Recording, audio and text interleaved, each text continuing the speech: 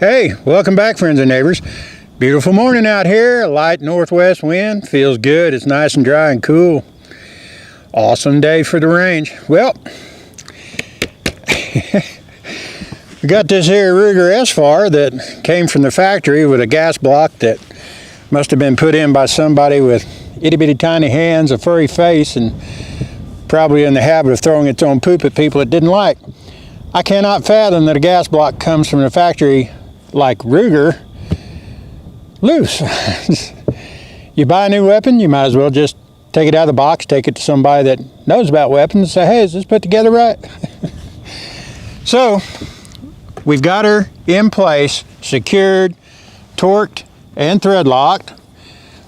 And on the subject of thread lock, I am by no means saying that thread locker on a weapon that endures excessively high heat like a select fire full auto capable weapon will is going to do you much good if it's blue or red Loctite. And to the commentator who said it was useless, well, maybe it's useless in those applications, but on a civilian grade weapon that's never going to achieve those type of high temperature endurance runs, it's probably a pretty safe bet anyway that the thread locker helps assist properly torqued screws to stay where they're at. I wouldn't expect that you could put red Loctite on a screw and run it in with finger tight pressure and expect it to do its job. But if those screws are torqued in place, the thread locker is secondary. It's just a little extra. That's all it is. And I do agree, gas systems ought to be pinned in place on weapons that are select fire, fully auto, and experience that type of abuse. This weapon isn't designed for that. It's a civilian weapon. And to the other commentators telling me what I ought to do about things, I will reiterate, this isn't my weapon. I'm not doing anything to it permanently that the owner doesn't come to me and say, hey, would you do this for me? Okay? So I appreciate your comments, but at the same time, believe me, neither your opinion nor mine has its origin in the mind of greatness, to quote my favorite gun guy. So what we've got is this: the original gas regulator valve in a gas block assembly that's properly installed. We're going to put it on setting 2, which is where it's at now, and we're going to see if there's any difference in operation simply due to the fact that we got the gas block in place and tight. Now, there may or may not be. It may be an issue with the regulator that has to be taken care of. But there's no sense in putting the new one in until we know that it's the old one that has a problem, right? So without further ado, let's run some ammo through this bad boy. Some more ball ammo. And we'll see if we see a difference in ejection pattern as well. What do you say? Let's make a little noise.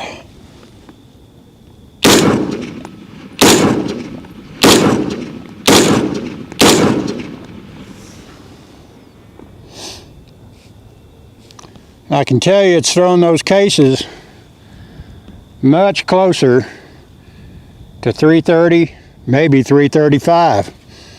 Let's go and send a few more downrange. What do you say?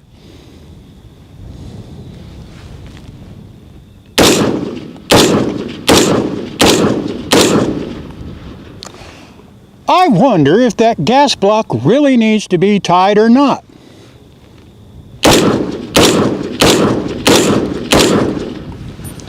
I mean, you would think it would help.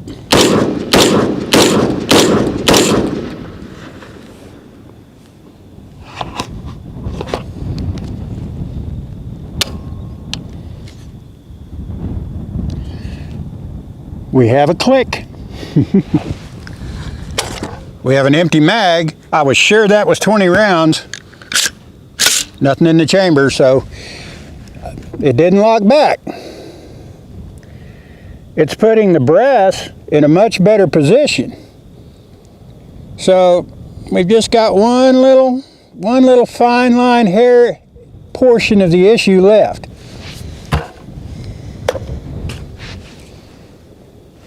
Let's test that. Let's see something here.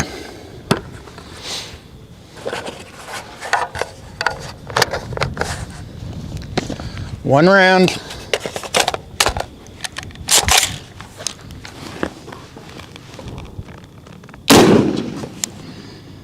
Okay, that locked that time. Don't know what the issue was. Let's see if we can recreate.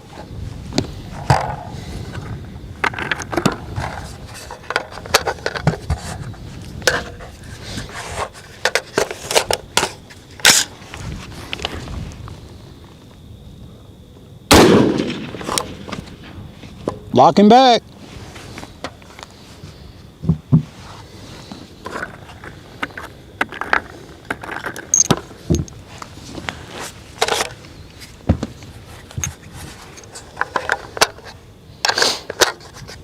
Let's go ahead and do a double tap.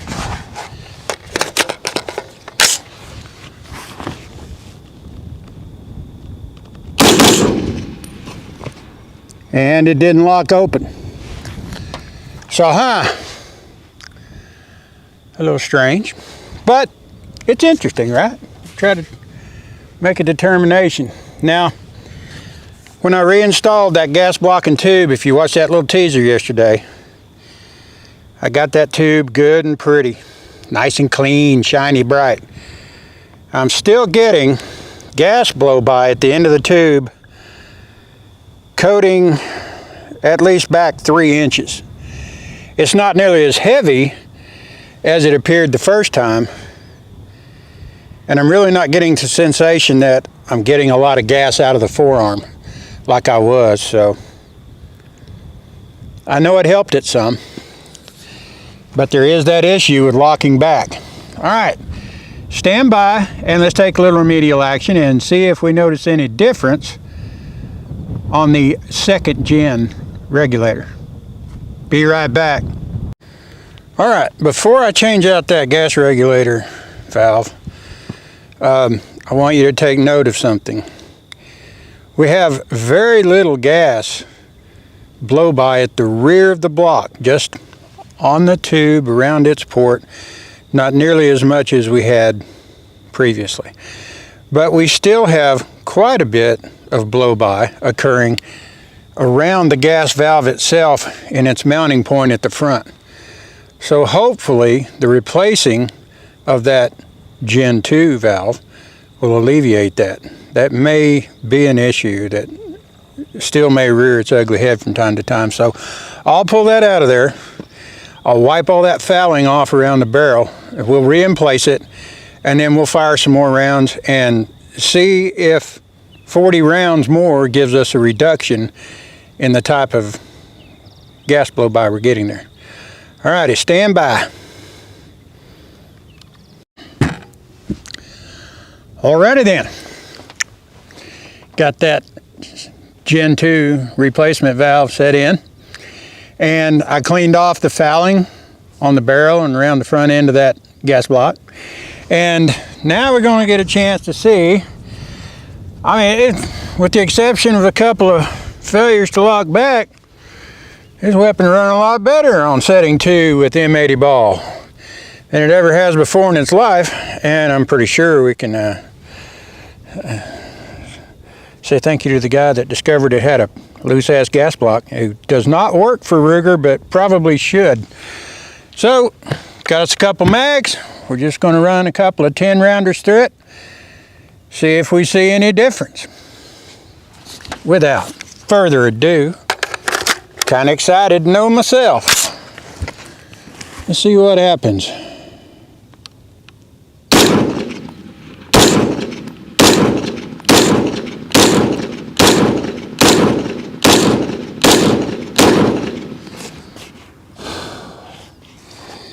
Ten rounds without a hitch.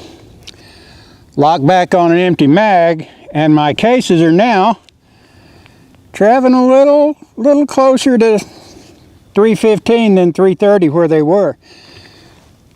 I think we might have a winner. Call them down front, Dave, and tell them what they won. Well, they won, by God, the ability to shoot better.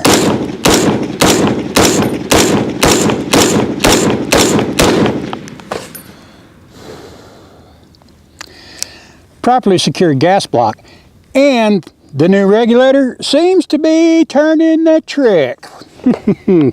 Stand by. Oh, and aside, I was asked in a comment if I would show the replacing of the gas regulator pin. No, I'm not. That's a Ruger factory generational issue, and on YouTube, I'm not really sure sometimes whether they're going to strike me for something like emplacing or repairing. There's certain things you can't do on this channel that involve the emplacement of parts in a weapon. So I will say Ruger has a video on it. Check them out. You can see it that way. I appreciate you asking me, and if I was 100% sure that I could do it without getting a strike, I probably would, because it's a very simple procedure. Stand by. Alrighty, welcome back to the other side of the range. And we're going to check zero on the scope real quick. We've had it on and off a couple times. These mounts, Burris, Vortex, they're usually pretty good about re-zero, but you never can tell. You don't want to take it for granted. So let's fire 3 rounds. We'll also get to see where the cases are going. Hopefully everything is working like it should. I got a little splatter shot down there. Let's see if we can't get some good results.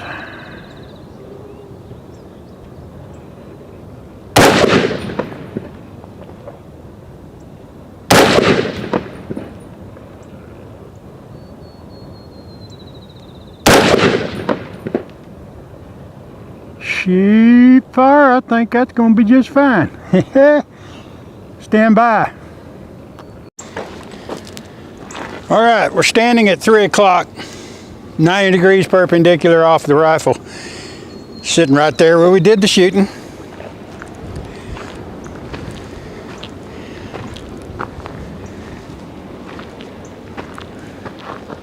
Here's my brass. Now there is one couple feet that way. The other two are right here, basically side by side, 8-10 inches apart, 8-10. And call that 330, 345. It's a hell of a lot better than 530. I'll take that. Stand by. Alrighty then, friends and neighbors. What day at the range would be complete without a little bell ringing? Gonna run a full mag through here just to check function, make sure she's doing her thing. Stand by.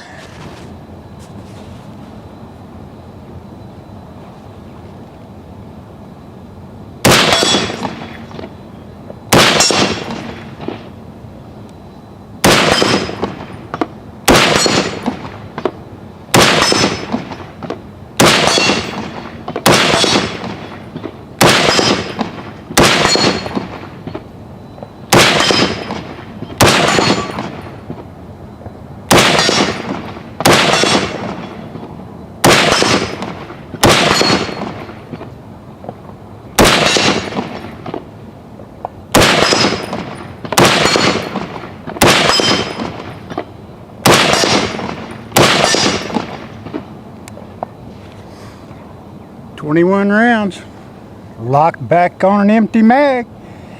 I think she's a running fine on setting 2 now. Of course, took a little bit, didn't it? Alrighty, how about a little after action report? Stand by. Whew. Damn folks, it's getting warm out here today. Middle of June, central Oklahoma, it ought to be. Well, Ruger, I'm hoping we can safely say now that with several $100s expenditure in ammunition, testing, discovery of basically workmanship issues like loose gas blocks and things like that. And then the replacement with the second gen regulator valve. I think we can safely say now that she's running fairly reliably on setting 2 with M80 ball. Hell, it only took an expenditure of about $600, not to mention what my time is worth. Just to recap for everybody, we started out a couple weeks back shooting M80 ball, trying to go by the book, and it in the military we had a saying, it was a goat fuck, essentially.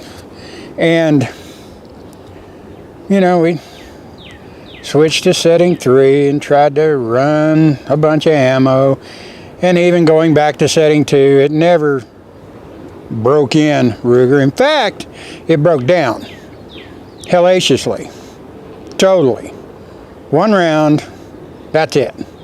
And it was at that point in the 4th and 5th series here that I finally took the time to check and see if Ruger built it right. And when I took the forearm off, because we got the new regulator in, that's when I discovered that the gas block was totally foobar. One set screw was literally 3 or 4 inch pounds of, I mean, just a finger and a thumb thick. And the other one was sticking out of the top of its recess. It wasn't even in contact. But as you saw today, we've got all that taken care of. But man, I'd be pissed if it was my gun, and it's not. This is not my weapon. I'm doing this for a friend, and it was just kind of a journey of discovery for all of us. And let me tell you, it was a discovery, and it was a journey, and damn near turned into a crusade. Homer's The Odyssey. I mean it. But like you saw, she's a ringing them now. She's a running now. And I checked. I did a little visual on that gas block at the forward end where the mounting point is. And there's not quite as much fouling around the front of that regulator valve as there was the other one. But there is some. The gas pipe is getting some dirt and some fouling on it, but not nearly as much and not nearly as far. And this weapon does not throw all that gas out of the forearm back in your face like it did. I had fun shooting it. I don't recall breathing much gas at all. So all in all, I say we got this puppy doing what it ought to do. The last round fired on the last several mags. It has locked back completely on an empty magazine, so it's doing its job there. I would put it to you, if you're considering one, when you go to the shop to tell them you want one, go ahead, have them take a picture of you with it, send that to Ruger in a text saying that you want one of the new valves because yours is shit. Just get that thing on the way in the mail. And then, if you do buy it, have someone that knows how immediately sit down, pull that forearm off, and check that goddamn gas block. Because I'm really under the impression that they probably farmed out their uppers assemblies to Grid or Ghost Defense.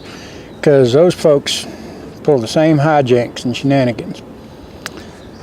And once you know it's tight and in place, and once you know that that should be working reliably, and once you get that new valve, go ahead and throw it in.